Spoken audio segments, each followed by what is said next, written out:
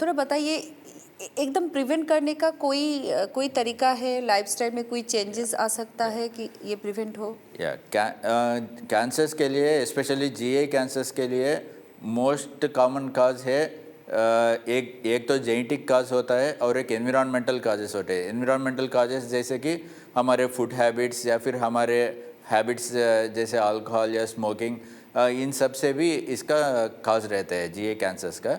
तो प्रिवेंट करने के लिए हमारे हाथ में जो होता है वो है एक बैलेंस्ड डाइट लेना है, जैसे कि सारे न्यूट्रिएंट्स जैसे प्रोटीन, कार्बोहाइड्रेट, विटामिन, सब न्यूट्रिएंट्स हमारे डाइट में, हर एक डाइट में मिक्स होना है।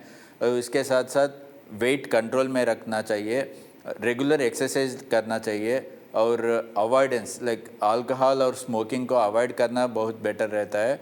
और ये जो रेड मीट होता है और अधिक फैटी फूड्स जो होते हैं इनको लिमिट में लेना, ये सब स्ट्रैटेजीज है जीए कैंसर्स को अवॉइड करने के लिए। और इसका स्क्रीनिंग क्या है? कौन सा टेस्ट हम लोग करेंगे कि हमको पता चले अंदर ठीक है या?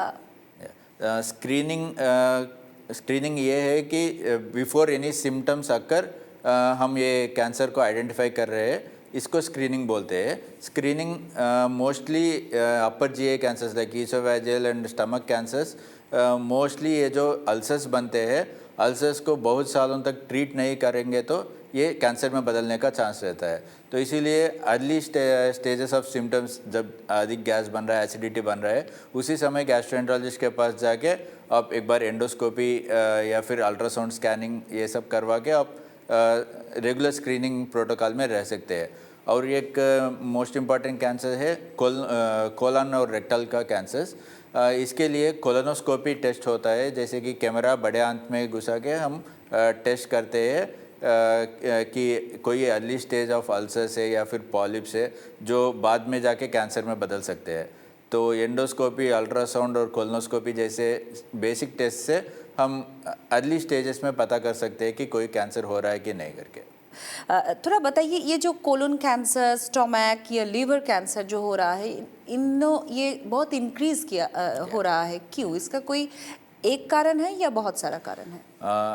अभी के मॉडर्न टाइम्स में जो कैंसर का इंसिडेंट इंक्रीज हो रहा है when compare to previous times, main reason ये है कि एक change in the food habits, more westernization of food करके बोलते हैं। जैसे कि हमारे इंडियन फूड में अच्छा खासा फाइबर कंटेंट रहता था, लेकिन अभी जो वेस्टर्न फूड हमने अडॉप्ट किए हैं इसमें फाइबर कंटेंट बहुत कम हो गया है और रेड मीट का कंजम्पशन बहुत ज़्यादा हुआ है।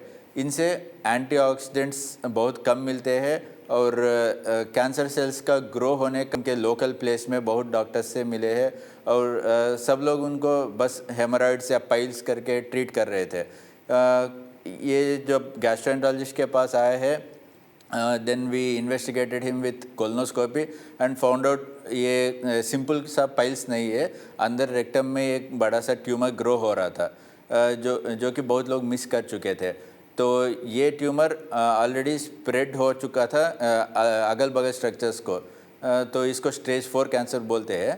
तो इसको हमने पहले मल्टी मोडालिटी ट्रीटमेंट करके बोलते हैं, जो कि पहले कीमोथेरेपी और रेडिएशन देके कैंसर ट्यूमर का साइज़ कम करके उसके बाद सर्जरी किए हैं, और वो भी रोबोटिक सर्जरी किए हैं, जिससे ये जो अगल बगल का स्ट्रक्चर्स होते हैं उसका इंजरी बहुत कम रहता है और ब्लीडिंग चांसेस बहुत कम रहते हैं, और ये जो कैंसर को निकालने के बाद जॉइंट करते हैं उसका हीलिंग चांसेस बहुत अच्छे रहते हैं।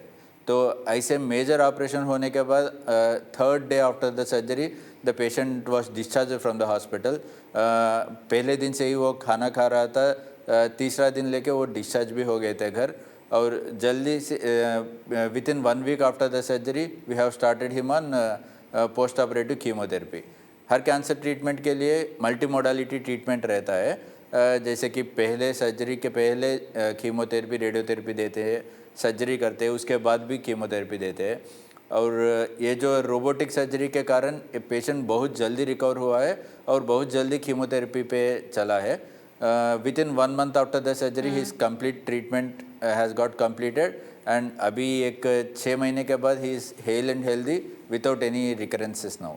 सो ऐसे बहुत इंस्पिरेशनल स्टोरीज है हमारे regular day to day practice में। डॉक्टर मोटे थोड़ा मुझे बताइए, लीवर का प्रॉब्लम बहुत होता है तो लीवर खराब भी हो जाता है, फेल्यूर बोलते हैं हम लोग उसको, तो इसको प्रिवेंट करने के लिए कुछ है हमारे पास?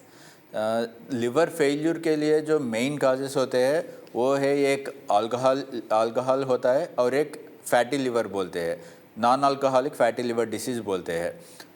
ये जो ओवरवेट होते हैं या फिर जिनके शरीर में कोलेस्ट्रॉल और फैट्स का डिपॉजिट ज़्यादा होते हैं वो बहुत प्रोन होते हैं ये फैटी लिवर डिसीज़ से लिवर का फेल्यूर होने के लिए।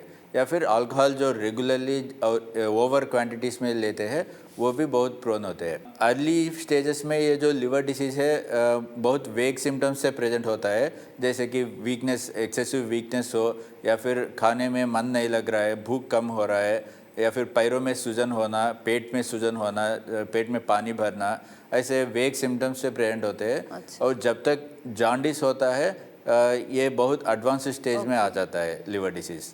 तो रूटीनली हमारे पास जो आते हैं पेशेंट्स ये वेग सिम्टम्स के साथ जो आते हैं इनको बेसिक टेस्ट जैसे कि ultrasound, blood investigation, liver function test बोलते हैं, इनसे हमको एक आइडिया मिलता है कि कौन से स्टेज में है इनका लिवर डैमेज करके। अगर ये अल्ट्रासाउंड में या फिर ब्लड इन्वेस्टिगेशन में कोई डाउट आया है तो और फर्दर एडवांस टेस्ट करना पड़ता है जिससे हमको exact stage of the disease पता चलेगा। और ये लीवर ट्रांसप्लांट के बारे में थोड़ा बताइए। लिवर ट्रांसप्लांट एक ऐसा सर्जरी है जो कम्प्लीटली डैमेज्ड लिवर जो होता है उसको रिप्लेस करके नया हेल्दी लिवर लगाते हैं। अभी लिवर फेल्यूर के पेशेंट्स जो क्रॉनिक लिवर डिसीज़ बोलते हैं जिसका लिवर इरिवर्सिबली फेल हो चुका है, उसको कोई मेडिकेशन से या फिर कोई लाइफस्टाइल मॉडिफिकेशन से करेक्ट नहीं कर सकते। तो ऐसे सिचुएशन में liver transplant is the best option इनका डिसीज़ को ट्रीट करने के लिए। अभी लिवर ट्रांसप्लांट में फिर से 2 तरीके के ट्रांसप्लांट कर सकते हैं।